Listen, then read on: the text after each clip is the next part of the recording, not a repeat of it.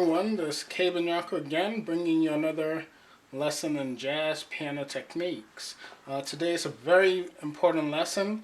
I'm going to talk about an approach Barry Harris uses, which I call the chromatic diminished approach. So, as I went through my previous lessons, I showed you which chromatic notes to borrow from when using your 2-5-1 progression. And for those who are new to this lesson, again, I recommend watching my videos on the Barry Harris scales, which diminished chords to use when you're playing your 2-5-1 progressions, and also the difference between the Barry Harris block chords and his borrowed notes approach. These are all in my playlist, Barry Harris piano playlist. Just look on my homepage and you'll find them. So as I said, if you're playing a 2-5-1, I'm going to use the scale of G for this lesson. Right? Okay, so we're going to use that, and then we're going to play the Barry Harris chords in the scale of G. And like I said, play them in all the scales until you're comfortable doing that. Okay? So, I talked about which chromatic chords to borrow from when you're playing just a 2-5-1 progression. 2-5-1 in the scale of G will be your A minor, your D7, and back to your G major, right? A minor 7, D7, and back to your G major. Again, A minor 7, D7, back to G major. Okay?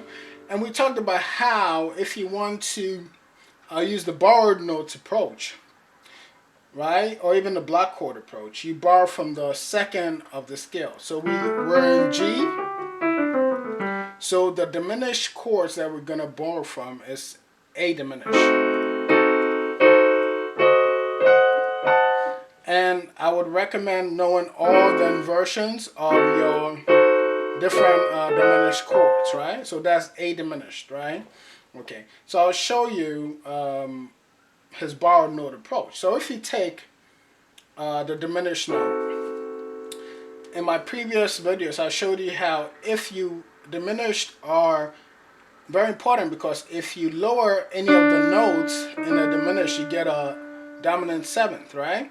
So if I lower this, I get a D7, a D7, right? With the C on the bottom. So a D7, dominant 7. Whenever you make a note higher, right, what you get is a minor 6 chord. So if I make this, what this is an A minor 6 chord. You see the minor, the 5th, the 6th, and the A. Right? Again, if you lower a note in the diminished chord, you get a dominant 7. So over here, you get a D dominant, right? Over here, I have an F dominant. Over here, A flat dominant. So it's very important to know all your inversions of the scale. So if I was playing the borrowed note approach using the A dominant, right? 2-5-1 in G, I will play this inversion, right? Okay, and what I'll do is, let's say, since I'm gonna do 2-5-1, I'll play it. Okay, that's an A minor 6. All right, you see the minor, 5th, 6th, and the A, right? A minor 6. So let's actually do this chord right here, A minor 6, and then move it to the G, right? And that's how his borrowed note approach is. Again, we have the A minor 6 chord, right, to the D7. You see how all I'm doing is borrowing notes from the A diminished back to the G major 7. Okay. If you were to use even the block chord movement in 2, 5, 1 and G, since I'm using the A, I'm going to borrow the notes and then you hear how I harmonize it.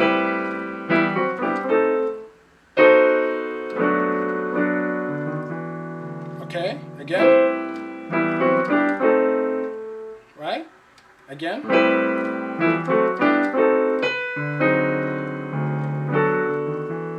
Okay, all I did was borrow different A diminished chord notes, right? Again.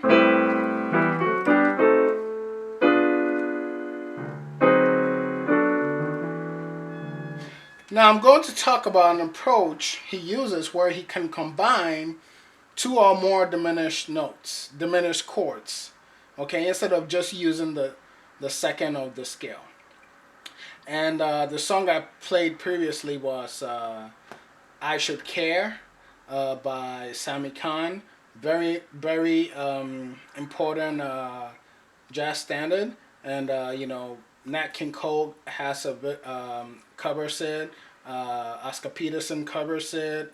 Barry Harris and even Kenny Barron covered it. So that's the song I played in the beginning. So I used a lot of this chromatic approach. And what it is when you have the two, you know you have to borrow from the A diminished to get to the G major 7, right?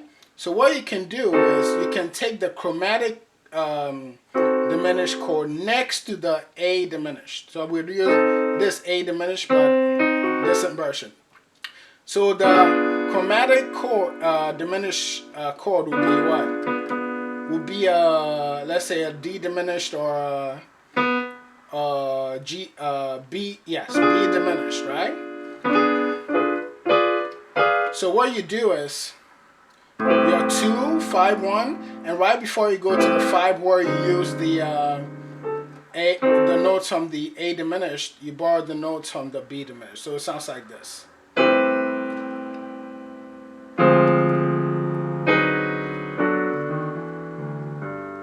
Again.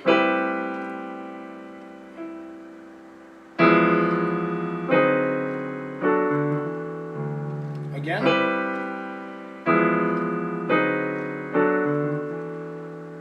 And there we're moving up. You can also move down from the chromatic diminished note, move down to the A diminished. So this is how it sounds, right? So if we're moving down to this inversion of the A diminished, we have a what? A C sharp diminished. So this is how it would sound with a 2, 5, 1 and G.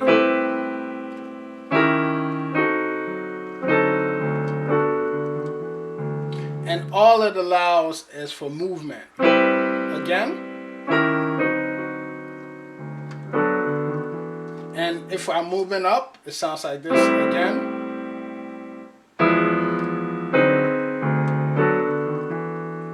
Okay, so you can do that, and like I said, move any diminished that's what's it called, right next to the chord, diminished chord you want to use, you know, chromatically, and then move it in. Okay, so again.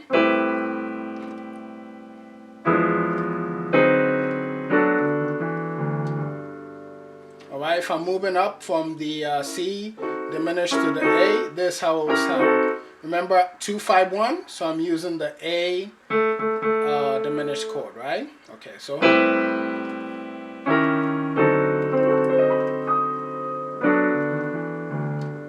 And you see how that sounds. Very pretty sound.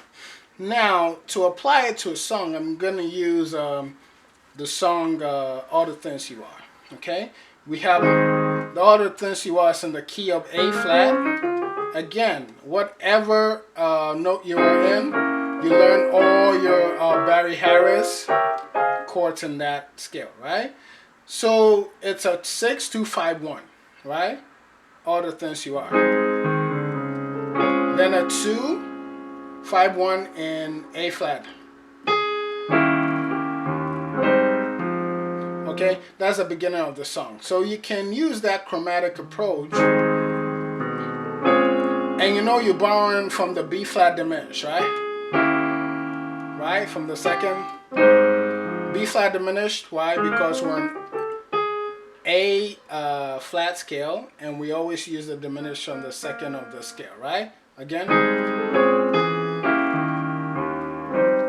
So if I wanted to use the chromatic diminished approach or motion, I would move from A diminished to B diminished, B flat diminished to the A major chord.